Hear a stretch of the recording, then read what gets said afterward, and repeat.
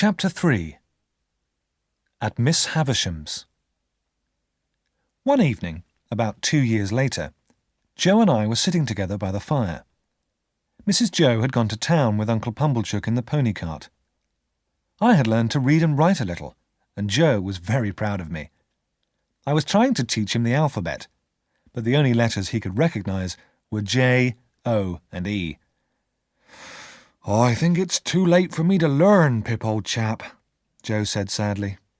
"I never went to school. My mother wanted me to go to school, but my father would not let me. He was a hard man, Pip. My father was a blacksmith. He kept me away from school and made me work for him. He was cruel to my mother and often beat her." "That's why I let your sister do what she wants," Joe explained. "She's hard on you, I know, Pip, but she has a good heart. She looked after you when your mother and father died. She was looking after you when she agreed to marry me. 'Bring the poor little child,' I told her. 'There's room at the forge for him.'" I began to cry and to thank Joe for his kindness. I knew what a good friend he was to me. It was now 8 o'clock and dark outside. Joe put more coal on the fire. We stood by the door and listened for the sound of Uncle Pumblechook's pony cart. Not long afterwards, my sister and Uncle Pumblechook arrived. They stood and warmed themselves by our kitchen fire. As Mrs. Joe took off her bonnet and shawl, she looked at me sharply. "Well, this boy should be grateful to me now," she cried. Joe and I looked at each other in surprise. Quite right, Uncle Pumblechook replied. "He should be grateful for the opportunity she's given him." Joe and I were even more surprised. "Well, what are you staring at?" Mrs. Joe snapped. Her face was redder than ever with the cold. She was mentioned," Joe began politely. "Miss Havisham isn't a he, I suppose?" my sister answered sharply. "Miss Havisham who lives in town?" Joe asked in surprise. "How does Miss Havisham know Pip? She never leaves her house, does she?" "She doesn't know Pip, but she does know Uncle Pumblechook," Mrs. Joe explained impatiently. "She wants a boy to go to her house and play. Uncle Pumblechook kindly mentioned this boy here. So, he's going back to town with Uncle Pumblechook tonight, and tomorrow he'll play at Miss Havisham's, or I'll play with him." Without another word, Mrs. Joe grabbed hold of me with her bony hands. She washed and scrubbed me until I could hardly breathe. Then I was dressed in my best clothes and given to Uncle Pumblechook. "Goodbye, Joe," I cried, as I was pushed out of the door by Mrs. Joe. "Goodbye, and God bless you, Pip, old chap," Joe answered. In a moment, I was sitting in Uncle Pumblechook's pony cart, and we were on our way to town. At 10 o'clock the next morning, Uncle Pumblechook drove me to Satis house, where Miss Havisham lived. The house was very big and gloomy. The tall iron gates in front of the house were locked. Uncle Pumblechook rang the bell, and we waited.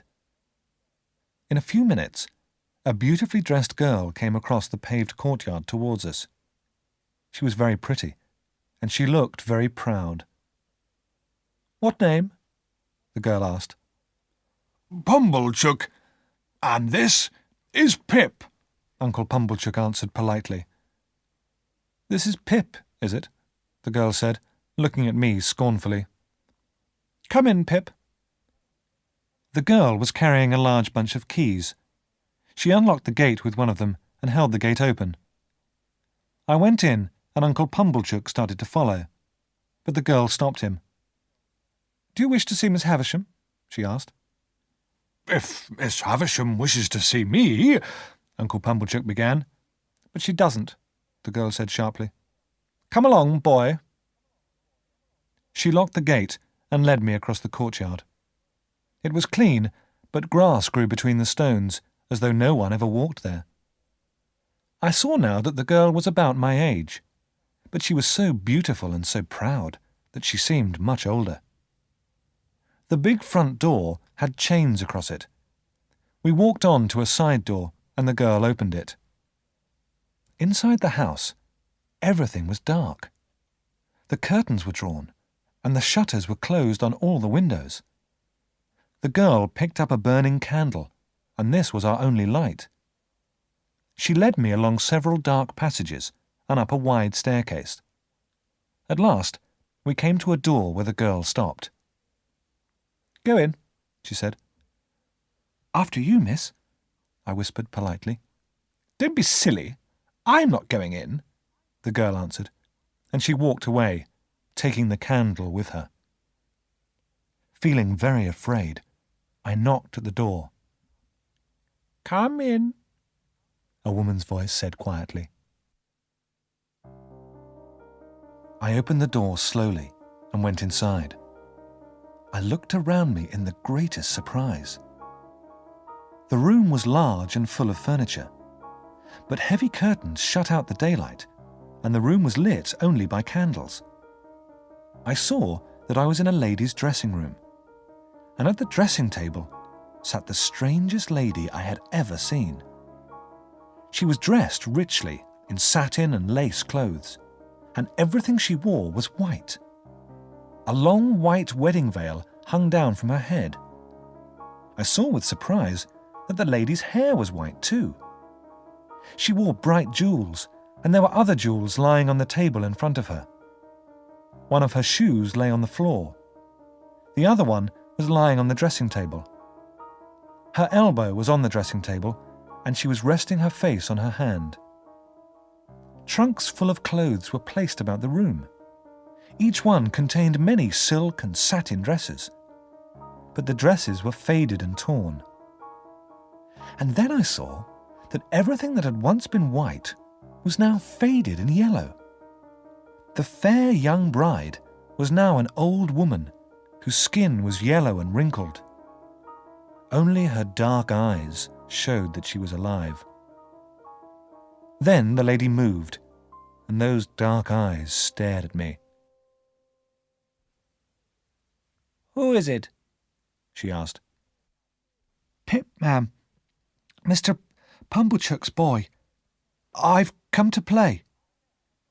"Come here. Let me look at you," the lady said. I moved nearer, but I was afraid to look at her. Then I saw that a watch on the dressing table had stopped at 20 to 9. "Are you afraid to look at me?" the lady asked me slowly. "Are you afraid to look at a woman who hasn't seen the sunshine since before you were born?" "Look here," Miss Havisham whispered, touching her heart. "My heart is broken. Broken! And I am so tired. But I thought I would like to see a child play. So play, boy, play!" I stood there, unable to move, not knowing what to do. "Call Estella," Miss Havisham said at last. "Go to the door and call her." I was afraid, but I had to do what she asked. So I opened the door. I called out several times. Then I saw the girl walking towards me, the candle in her hand. Miss Havisham smiled as the beautiful girl came into the room. She held a jewel against Estella's pretty brown hair. "My jewels will be yours one day," Miss Havisham said quietly. "Now I want you to play cards with this boy." "This boy? But he's so common," Estella exclaimed. "Look at his clothes. He's just a common working boy." "Never mind," Miss Havisham whispered. "You can break his heart, can't you?" So, I played cards with Estella. When I made mistakes, she laughed at me, and so of course I made more. "What rough hands this boy has!" Estella exclaimed as I held the cards. "And what heavy boots he's wearing!" "Why don't you answer her, Pip?" Miss Havisham said at last. She says cruel things about you. What do you think of her?" "I don't want to say," I replied. "Whisper to me," Miss Havisham said, bending down. "I think she is very proud," I said quietly. "Yes? And what else?" "I think she is very pretty," I went on. "Anything else?" "I think she is very rude. And please," I added, "I should like to go home now." "Finish your game of cards first," Miss Havisham said. When Estella had won the last game, she threw the cards down with a scornful smile. "Come here again in 6 days, Pip," Miss Havisham said as I was leaving. "Take him downstairs, Estella. Give him something to eat and drink before he goes." I followed Estella down the gloomy stairs and along the dark corridors. She opened the side door, and the bright daylight hurt my eyes and confused me. Estella told me to wait in the courtyard. In a few minutes, she returned with some meat and bread. She placed the food on the ground, as though I was a dog. Tears came into my eyes.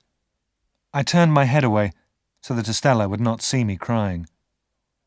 But when she had gone, I cried aloud and kicked the wall with a heavy boot she had laughed at. After a time, Estella returned with her keys and unlocked the iron gate. "Why aren't you crying?" she asked me with a smile. "Because I don't want to," I replied. "Yes, you do," she said. "Your eyes are red with crying. You're nearly crying now." She laughed, pushed me outside the gate and locked it behind me.